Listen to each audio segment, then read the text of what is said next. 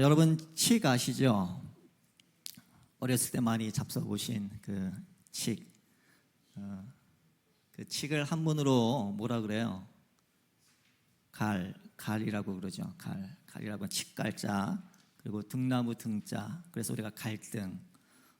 여러분 무슨 뜻인지 아시죠?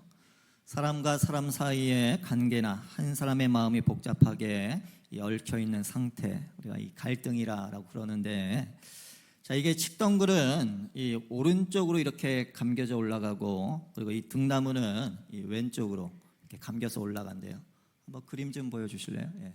저렇게 이제 저게 뭐 그 칡덩굴과 등나무가 얽힌 건지는 잘 모르겠는데, 일단 저런 식으로 이렇게 감겨서 올라간대요. 그런데 우리가 그것을 이 갈등이다라고 그렇게 얘기를 합니다.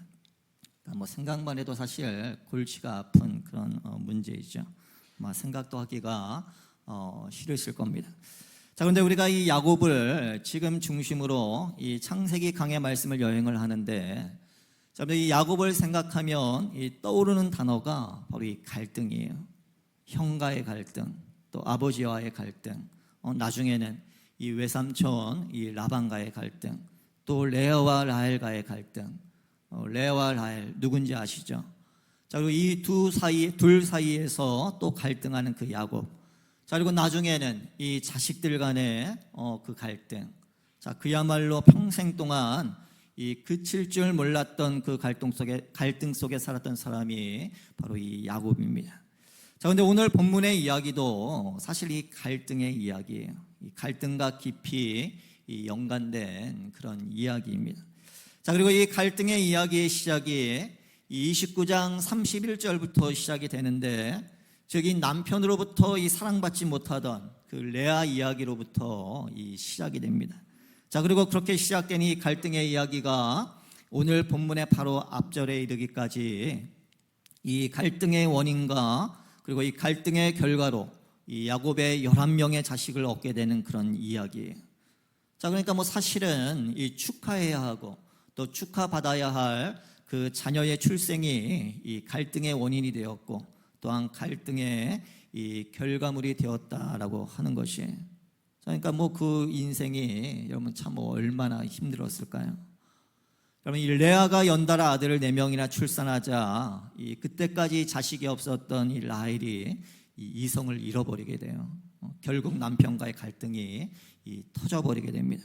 자, 그 장면이 아주 생생하게 이 30장 1절 말씀에 이렇게 묘사가 되어 있습니다. 라헬이 자기가 야곱에게서 아들을 낳지 못함을 보고 그의 언니를 시기하여 야곱에게 이르되 내게 자식을 낳게 하라. 그렇지 아니하면 내가 죽겠노라. 그러니까 문제는 이 시기심이었어요. 자, 오늘 저와 여러분들의 삶 가운데 있는 갈등이 있다면 그것도 사실은 바로 이런 시기심 때문입니다. 자, 여러분, 이 시기심은 그러니까 우리가 무엇을 보느냐 바로 거기에 달려 있어요. 나에게는 없는데 다른 사람들에게 있는 것을 보면 이 시기심이 발동을 합니다. 자, 이런 눈을, 이런 자세를 가지고 있으면 이 남에게는 없고 나에게는 있을 때 이 감사가 아니라 이 교만함 또 우월감이 생기게 돼요. 그러니까 여전히 갈등이 풀리지를 않습니다. 자, 결국 이 갈등을 예방하는 것, 이 갈등을 해결하는 그 만병통치약은 그렇기 때문에 바로 감사인 것이에요. 자, 그것도 범사 감사인 것입니다. 자, 이 범사 감사는 우리가 예수님 때문에 하는 감사이고 또 예수님 한 분만으로 우리가 감사하는 감사일 때 바로 이 범사 감사가 시작되는 줄로 믿습니다.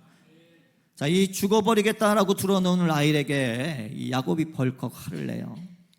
여러분, 자, 이 야곱은 이 라헬과 결혼하기 위해서 장장이 7년을, 자, 그리고 또 속아서 또 햇수로 7년을, 자, 그러니까 뭐 14년을 뭐 거의 모슴처럼 살면서도 이 불평하지 않던 야곱이 지금 이 뚜껑이 열린 거예요. 자, 이 자리에 계신 우리 아내 되시는 성도 여러분, 남편들은 원래 다 그렇습니다. 결혼하더니 변했다. 자, 그러니까 불평하지 마시기를 바랍니다. 그냥 그러려니 하고 그렇게 데리고 살아 주십시오. 자, 그래야 갈등의 골이 더 안 깊어져요. 아멘. 자, 그런데 이렇게 라헬에게 화를 내던 야곱이 참 희한한 말을 해요. 2절 말씀에 보니까 그대를 임신하지 못하게 하시는 이는 하나님이시니 내가 하나님을 대신하겠느냐. 자, 그러면 이 말을 가만히 들여다보면 사실은 뭐 구구절절이 맞는 말이죠. 자, 그런데 더 자세히 들여다보면 좀 씁쓸해요. 자, 왜냐하면 말은 그렇게 했지만 이 라헬이 자식을 낳을 수 있도록 함께 뭐 기도를 했다든지 아니면 믿음의 말로 뭐 위로를 했다든지, 자, 근데 그런 말은 성경에 하나도 없고 그냥 라헬에게 성을 냈다라는 그런 말만 있기 때문입니다. 자, 여기서 우리가 한 가지 발견하게 되는 것은, 자, 이 갈등을 해결하는 것은 이 상황에 대한 정확한 이성적인 판단이나 어떤 정확한 그런 논리적인 설명이 아니라 바로 이 따뜻한 위로의 말 한마디, 또 함께 하나님을 바라보는 그런 믿음의 마음, 자, 주님 앞에 함께 손잡고 기도하는 그런 행동, 자, 그것이 바로 성경이 우리에게 보여주는 그런 갈등의 해법이라고 믿습니다. 자, 그렇게 야곱이 화를 내면서 이 부름의 원인을 하나님께 돌리자 이 성이 차지 않는 라헬이 이 자기의 여종 빌하를 대림으로 이 야곱에게 들여보내고 그리고 거기서 자식을 얻게 돼요.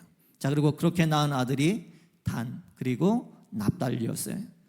자, 그러자 이 지지 않으려고 이미 아들을 5이나 낳은 언니 레아가 이 자기 몸종 실바도 대림으로 삼아서 이 야곱에게 들여보내 이 갓과 그리고 아셀을 낳게 됩니다. 자, 그러니까 이 라헬의 입장에서 보면 이 대리모를 통해서 이 두 아들을 얻음으로써 그나마 이 체면을 세우려고 했던 그 라헬의 체면이 이 여지없이 구겨져 버린 거예요. 자, 그런데 거기서 끝나지 않죠. 이 레아가 연달아서 이 6번째 아들을 낳았고, 자, 그리고 케이크에 마치 그 체리 위에 그 탑에 올라가듯이 이 외동딸 디나를 이 출산하게 됩니다. 자, 그러니까 이 라헬의 체면이 이 구겨진 정도가 아니라 아예 묵사발이 나버린 거예요. 자, 그런데 이 라헬이 어떤 여자였어요? 이 라헬은 남편의 사랑을 독차지하던 그런 라헬이었잖아요. 잘 나가던 라헬이었습니다. 자, 그래서 성경은 이렇게 그런 라헬을 설명을 해요. 창세기 29장 30절 말씀에 그가, 그러니까 야곱이 레아보다 라헬을 더 사랑하여, 그러니까 아예 성경에 그렇게 기록이 되어 있어요. 자, 그뿐만이 아니죠. 그 다음 31절 말씀에 보니까 레아가 남편 야곱으로부터 이 사랑받지 못함을 이 여호와께서 보셨다라고 그렇게 말씀을 합니다. 자, 그러니까 하나님도 아실 만큼, 자, 그 야곱이 라헬을 더 사랑하는 게 기정사실이었다라고 하는 것이에요. 자, 그렇게 남부러울 게 없고 친정 식구들 앞에서나 또 여러 사람들 앞에서 어깨를 펴고 보란 듯이 살았을 그런 라헬이었어요. 자, 근데 거기에 비해서 언니 레아는 어땠습니까? 그동안의 그 산들을 보면 얼마나 서러웠겠어요? 얼마나 슬픔이 가득했겠습니까? 얼마나 마음이 아팠겠어요? 자, 그런데 지금 사정이 완전히 역전이 된 거예요. 야곱이 얻은 11자식 중에서 이 레아가 대리모를 통해서 얻은 아들 2을 포함하면 총 아들 8명과 그리고 딸 1명, 자, 그렇게 총 9명을 낳았지만, 자, 정작 라헬은 자기 몸에서 단 한 자식도 낳지 못했고 대리모를 통해서 이 2 아들을 낳은 것 뿐이었어요. 자, 저는 이 말씀을 준비하면서 이 라헬의 입장에서 이런 생각을 한번 해보았어요. 자, 우리에게 주시는 메시지, 자, 그것은 쉬운 말로 뭐 신학적으로 거창하게 표현하지 않고 우리가 쉽게 표현하자면 있을 때 잘하자라고 하는 거예요. 자, 남에게 없는 것 나에게 있다라고 해서 교만하지 말고, 다른 사람들 깔보지 말고, 힘이 닿는 한 겸손한 마음으로 그러한 이들을 너그럽게 도와주고 도움을 주고, 또 그럴 수 있는 자리에 있음을 인하여 우리가 하나님께 감사하자라고 하는 것입니다. 남에게 없는 것이 나에게 있다면 그것은 하나님께서 나에게 맡겨주신 것이라는 그런 청지기적인 그런 자세로 하나님께는 감사, 또 사람들에게는 섬김, 자, 그러한 자리로 나아가기를 주의 이름으로 간절히 축복합니다. 자, 그럼 우리가 뭐 있을 때 잘하자라는 말은 뭐 어떤 말일까요? 우리가 뭐 부모님 살아계실 때 잘해드리자라는 그런 말도 될 수 있겠고, 또 사랑하는 사람, 또 소중한 사람이 곁에 있을 때 뭐 잘해주자라는 그런 말도 될 수 있고, 또 건강이 있고 시간이 있고 재물이 있을 때 그 건강과 시간과 재물을 잘 하나님 앞에서 우리가 관리하자라는 그런 말도 될 수 있고, 저는 여러분 오늘의 여러분들이 있는 그 건강이 내일도 건강으로 남아 있어 줄런지 우리는 아무도 장담할 수가 없어요. 오늘 여러분들에게 있는 재물이 내일도 여러분들에게 붙어 있을 거라고 어느 누구도 보장해 줄 수가 없는 것입니다. 자, 그야말로 주객이 전도되는 것은 한순간이에요. 자, 이 주객 전도하니까 저런 그림이 뜨더라고요. 한번 보여주실래요? 그러니까 한순간이에요. 믿음 생활하고 우리가 부르심 받들어 봉사하는 것, 나중에 뭐 시간 나고 여유가 있을 때 하고 싶어도, 나중에 여러분 하고 싶어도 여러분 눈이 침침하고 다리에 힘이 없고 머리에 총기가 없어서 하고 싶어도 못할 때가 여러분 생각보다 빨리 올 수가 있어요. 그러니까 있을 때 여러분 잘하시길 바랍니다. 하나님 앞에서나 사람들 앞에서. 자, 그런데 라헬은 아쉽게도 그러지를 못했어요. 자, 그래서 겸손하지 못했고 교만했습니다. 시기심이 발동을 했어요. 자, 이 전세가 역전이 되자 그 시기심 때문에 이 열등감에 사로잡히고 이 원망이 가득하게 됩니다. 자, 여러분 그 집안 분위기가 어땠을지 여러분들 한번 상상해 보십시오. 자, 바라기는 전혀 상상이 안 되시기를 바랍니다. 전혀 모르는 그런 세상이 되기를 축복을 합니다. 자, 그러니까 이 스위트홈, 홈 스위트홈이 되어야 하는데, 근데 뭐 이렇게 표현해서는 죄송하지만 이 홈 스위트홈이 아니라 그냥 그냥 집구석, 그런 집구석이 돼버린 거예요. 갈등을 건강하게 해결하지 못하면 이 나만이 아니라 이 모두가 불행하게 된다라고 하는 것입니다. 자, 제가 말씀을 준비하면서 이 한국 갈등 학회라는 것이 있는 것을 발견을 했어요. 그러니까 뭐 참 희한한 학회가 다 있다라고 생각을 했는데, 자, 한국 갈등 학회. 자, 그래서 뭔가 하고 보니까 설립 목적이 이렇게 되어 있어요. 갈등의 예방과 해결 방안 및 과학적 지식의 창출을 위한 이론과 실제를 연구하고 평가하여 그 발전에 기여함. 뭐 이 설명만 보면 뭐 참 좋은 곳이구나, 가정을 지키는 곳이구나, 그런 생각이 들었는데, 자, 그 기관에서 조사한 바에 의하면, 자, 보통 사람들이 갈등을 겪을 때 이 보통 보이는 이 5가지 대표적인 반응이 있대요. 자, 한번 여러분들 잘 들어보시고 여러분들이 어디에 속하는지, 뭐 하나인지 5인지 아니면 아무것도 아닌지 한번 여러분 자신을 진단해 보시길 바랍니다. 자, 첫 번째는 이 갈등 앞에서 어떤 사람들은 내가 옳으니까 나한테 맞춰라, 나를 따르라. 자, 그런 반응을 보인대요. 자, 그리고 두 번째 반응은 윈윈 게임, 그러니까 같이 서로 협력하는 그런 반응을 보인다라고 하는 것이고, 자, 그리고 세 번째 반응은 이 회피를 한답니다. 그러니까 일단은 피하고 본다라고 하는 거야. 자, 그리고 네 번째 반응은 이 좋은 게 좋은 거지 하고 그냥 덮고 얼렁뚱땅 넘어간답니다. 자, 그리고 다섯 번째 반응은 이 give and take, 그러니까 서로 타협을 한다라고 하는 것이에요. 자, 그렇게 사람들이 보이는 5가지의 대표적인 반응을 소개하면서 이 갈등 학회가 제시하는 갈등의 해법이 딱 한 줄로 이렇게 나와 있어요. 갈등은 끊지 말고 풀어라. 자, 끊어내지 말고 풀어야 된다. 그러니까 좋은 말이죠. 자, 그런데 문제는, 자, 아까 처음에 보여줬던 그 그림처럼 이 얽히고 설킨 그것을 누가 그리고 어떤 방법으로 풀 것인가. 자, 여러분 뭐 요즘 우리 사회도 이 갈등의 골이 정말 참 많이 깊잖아요. 이 시대 이 사회에 깊이 자리 잡고 있는 이 갈등을 누가 그리고 어떻게 풀는지 사실은 뭐 답이 없어서 지금 우리가 이런 갈등을 겪고 있는 것 아니겠습니까? 자, 그런데 그건 가정도 마찬가지고 또 믿음의 공동체도 마찬가지라고 생각을 합니다.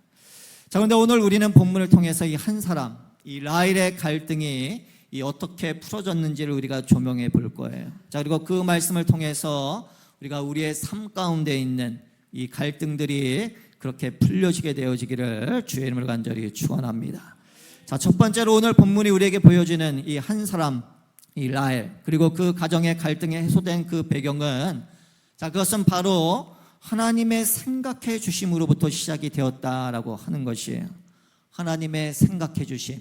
그러니까 뭐 다른 말로 하면 하나님의 기억하심입니다. 자, 오늘 본문 31절 말씀 보니까, 자, 하나님이 라헬을 생각하신지라라고 그랬어요.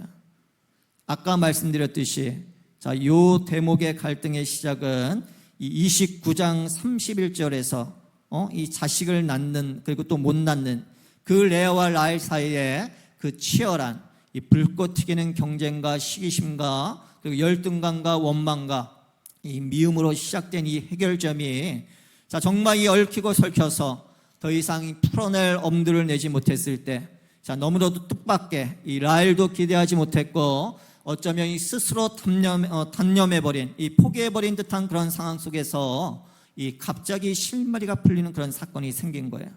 자, 그게 바로 이 하나님이 라헬을 생각하신지라라는 그런 말씀입니다. 하나님의 생각하심. 자, 더 정확하게 말씀드리면, 그러니까 하나님의 기억하심이에요. 자, 즉 하나님은 라헬의 아픔을 이 기억하셨다라고 하는 것입니다. 라헬의 눈물, 라헬의 고뇌를, 라헬의 아픔과 탄식을, 또 그의 마음 가운데 있는 그 원망과 미움과 시기심까지도 다 기억하셨다라고 하는 것이에요.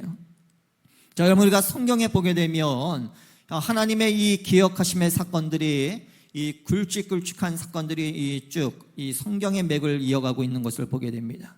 자, 우리가 예를 들면, 자, 온 땅이 하나님 앞에 부패하고 이 포악함이 땅에 가득했을 때, 이 하나님께서는 그 땅을 홍수로 이 심판하시려고 계획을 하셨어요. 자, 그리고 그 계획을 이 노아에게 말씀하시고 이 방주를 지으라고 명하셨습니다. 자, 그리고 말씀하신 대로 드디어 이 홍수가 시작이 됩니다. 40주야를 땅에 비를 내리면서 이 생물을 지면에서 쓸어버리시는 그런 일을 하게 돼요. 자, 그런데 그 대목을 우리가 잘 읽어보면, 자, 하나님께서 이런 계획을 노아에게 말씀을 하셨지만, 자, 한 가지 말씀하지 않으신 게 있어요. 그러니까 언제 이걸 그치게 하겠다, 언제 회복하게 하겠다라는 그런 말씀은 없습니다. 자, 그 대신에 우리가 성경을 읽어보면, 자, 150일이 땅에 넘친 후에 하나님이 바람을 땅 위에 불게 하셨고, 자, 그래서 물이 줄어들고 이 깊음의 샘, 하늘의 창문이 닫히고, 자, 그리고 하늘에서 비가 그치고 땅에서 물러가고, 또 150일이 지나서 이 줄어들게 됐고, 자, 그리고 드디어 방주문이 열리고 이 노아의 가족이 땅에 발을 딛고 또 생물들이 땅에 발을 딛게 되는 그러한 이야기 속에, 자, 우리가 놓쳐서는 안 될 아주 중요한 대목이 바로 이거예요. 창세기 8장 1절 말씀에 하나님이 노아와 그와 함께 방주에 있는 모든 들짐승과 가축을 기억하사. 자, 그러니까 기억하심이 그들을 살리는 이 시작이 되었다라고 하는 것입니다. 자, 다시 말해서 노아 홍수의 상황이, 자, 이렇게 완전히 뒤바뀌게 된 것은 바로 하나님의 기억하심이었다라고 하는 것이에요. 자, 그리고 이것은 소돔과 고모라를 심판할 때 이 롯을 구출하신 배경도 또 똑같아요. 자, 창세기 19장 29절 말씀해 보니까 하나님이 그 지역의 성을 멸하실 때, 곧 롯이 거주하는 성을 엎으실 때 하나님이 아브라함을 생각하사라고 그랬어요. 자, 여기 생각하사라는 말이 바로 이 홍수 때 사용되었던, 자, 그리고 여기 라헬에게 사용하신 이 기억하다. 자, 그러니까 히브리어 단어로 이 자케하르라고 하는 이 똑같은 그런 단어를 쓰고 있습니다. 자, 그리고 이 똑같은 단어가 우리가 출애굽기에 가서 보게 되면, 이 하나님께서 당신의 언약 백성들을 애굽에서 이 종에서 해방시키실 때 그 대목이 이렇게 나와요. 출애굽기 2장 24절 말씀에 하나님이 그들의 고통 소리를 들으시고 하나님이 아브라함과 이삭과 야곱에게 세운 그의 언약을 기억하사. 자, 그렇게 이 출애굽의 대장정이 이 시작이 된 것입니다. 자, 그리고 그렇게 죄악에 눌려 신음하던 저와 여러분들의 그 하나님 나라를 향한 여정이, 그 대장정이 바로 이 하나님의 기억하심으로부터 시작이 된 줄로 믿으시기를 바랍니다. 자, 또 우리가 신약에 가서 보게 되면 이 예수님의 모친 마리아가 이 성령으로 예수님을 잉태하신 후에 이런 찬미를 불러요. 그의 여정의 비천함을 돌보셨습니다. 자, 이 노래를 불렀듯이 이 허물과 죄로 죽었던 우리 마음의 정욕과 부끄러운 욕심과 또 상실한 마음대로 살아서 하나님과 원수되어서 본질상 진노의 자식이었던, 어둠의 자식이었던 저와 여러분들을 우리 하나님께서는 긍휼이 풍성하신 하나님의 그 크신 사랑으로 우리를 구원하셨다라고 하는 것이에요. 십자가로 하나님과 화목하게 하셨고 또 하나님의 사랑받는 자녀, 빛의 자녀로 우리를 삼아 주신 것입니다. 자, 그렇게 우리가 살아가는 것은 바로 우리를 향한 그 하나님의 생각하심, 기억하심인 줄로 여러분들 믿으시기를 바랍니다.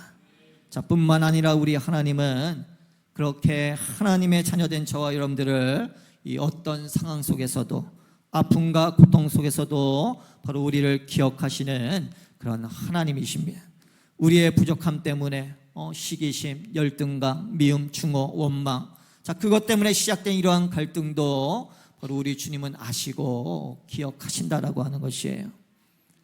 자, 이 라헬의 갈등이 온전히 하나님의 기억하심으로 해결되었듯이, 자, 오늘 저와 여러분들이 겪는 모든 갈등과 고통도 바라기는 예수 그리스도 안에서 우리를 기억하신 그 십자가 안에서 해결이 되는 줄로 믿으시기를 주의 이름으로 간절히 축원합니다.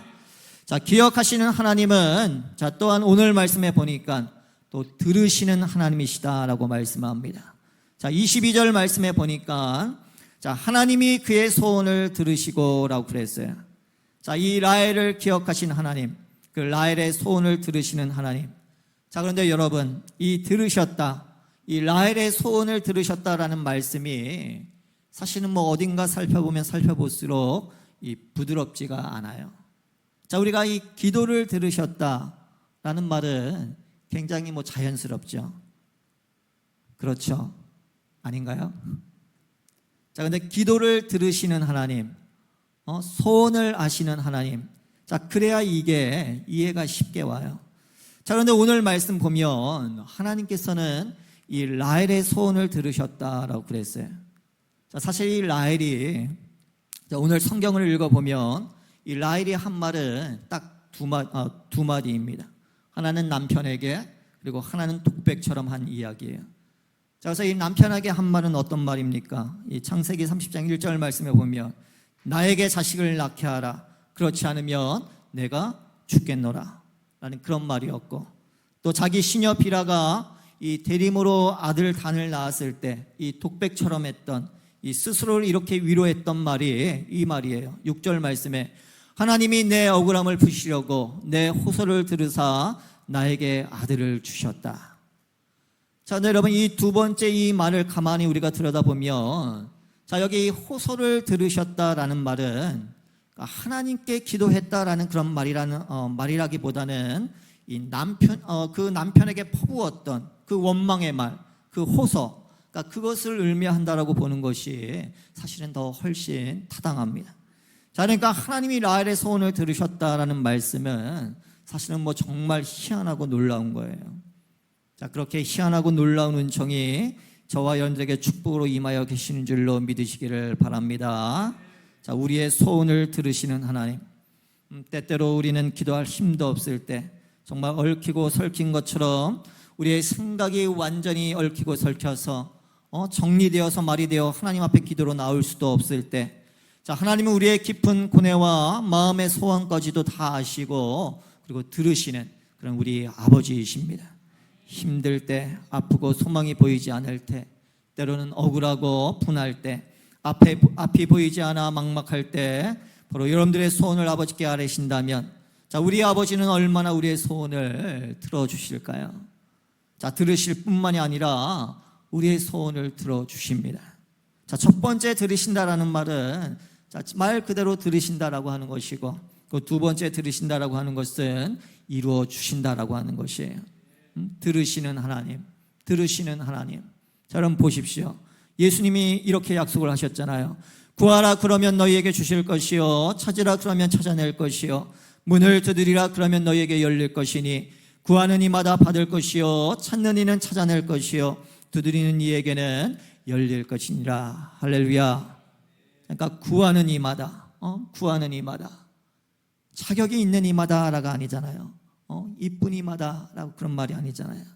구하는 이마다 받을 것이요, 찾는 이가 찾아낼 것이요, 두드리는 이에게 열릴 것이니라.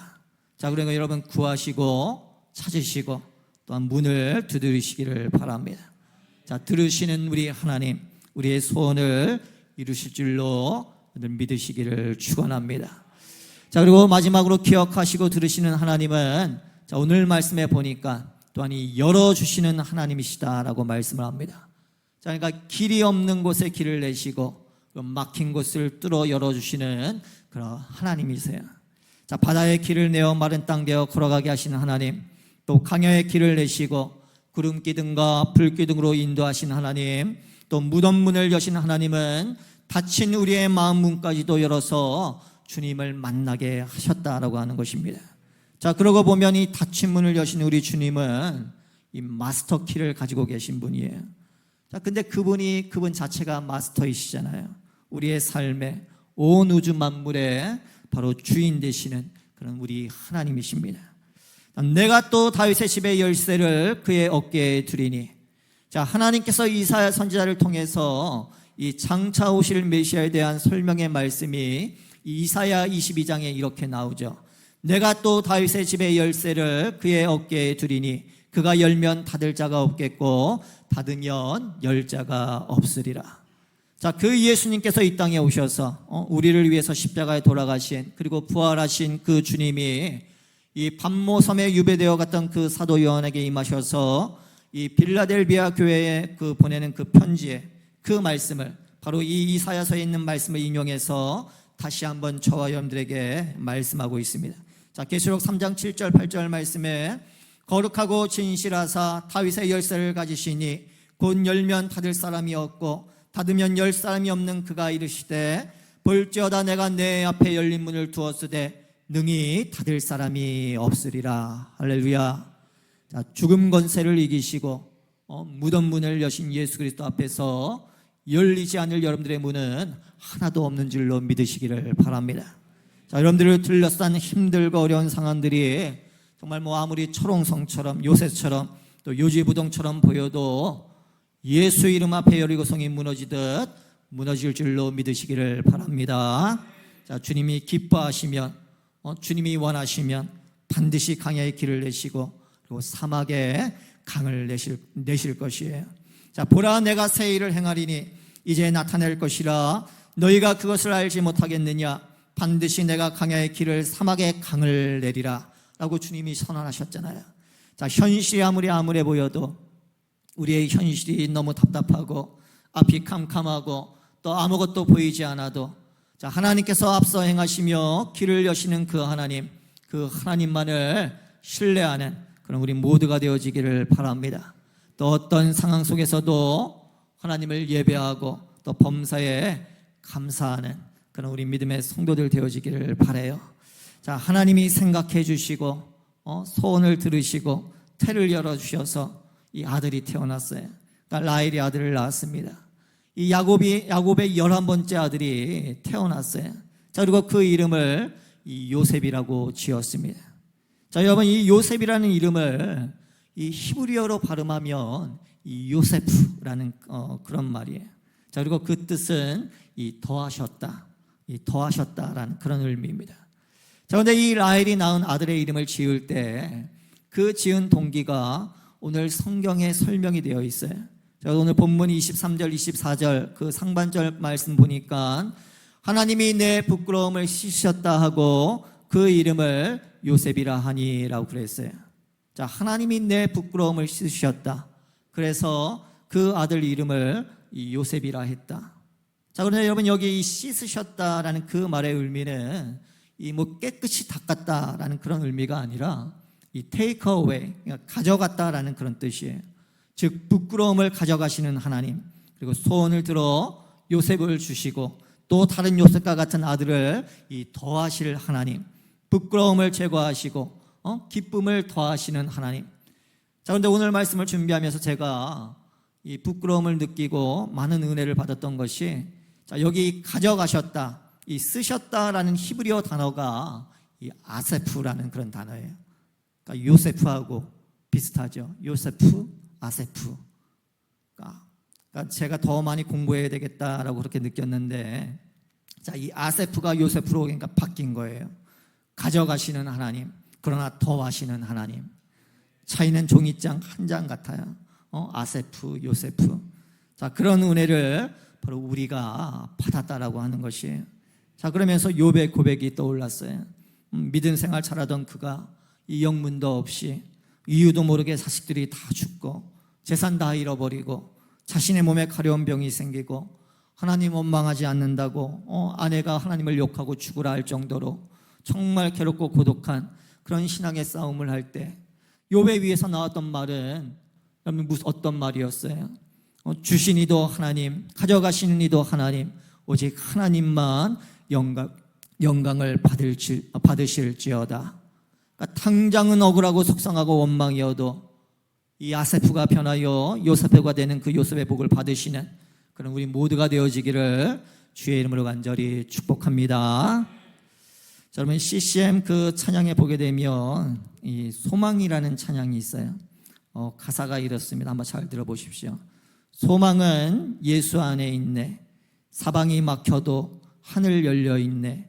예수 안에 소망 있네. 세상이 알 수도 줄 수도 없는 소망. 예수 안에 소망 있네. 세상은 변해도 예수님 변치 않네. 예수 안에 소망 있네. 눈물로 구할 때 주께서 도우시네. 예수 안에 소망 있네. 자, 온 세상이 꽉 막혀서 정말 숨조차 쉴 수 없을 것 같아도 하늘이 열려 여러분들의 고난과 아픔을 들어주신 그 하나님만을 찬양하는 그런 우리 모두가 되어지기를 바랍니다. 여러분들 소망의 아침은 인내와 연단을 통해 반드시 오고야 말아요.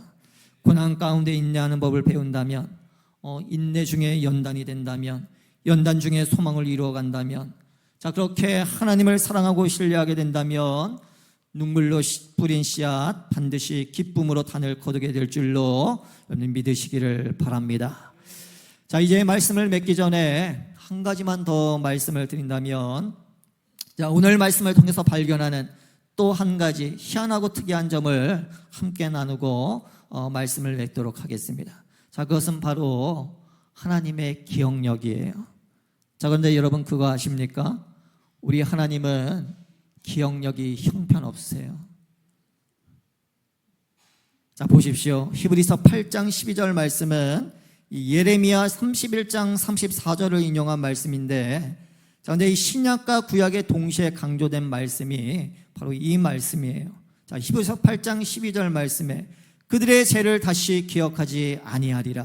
자, 그리고 예레미야 31장 34절 말씀에 내가 그들의 악행을 사하고 다시는 그 죄를 기억하지 아니하리라. 자, 우리 사랑하는 성도 여러분, 자, 이처럼 우리 하나님은 기억력은 형편이 없으셔요. 우리가 죄를 자복하고 하나님 앞에 회개할 때 하나님은 기억조차 못하시는, 기억력이 바닥을 치시는 그런 하나님이십니다. 자, 그런데 놀랍고 희한한 것은 우리 하나님은 우리의 마음의 소원까지 들으시고 우리의 모든 아픔, 수고, 헌신을 기억하시고 또 저와 여러분들의 이름을 하나님의 손바닥에 새겨서 기억하시는 만큼 그렇게 잊지 아니하시는 그런 하나님이시다라고 하는 것입니다. 자, 바라기는 그 주님만을 늘 신뢰하시기를 주의 이름으로 간절히 축복합니다. 축복합니다.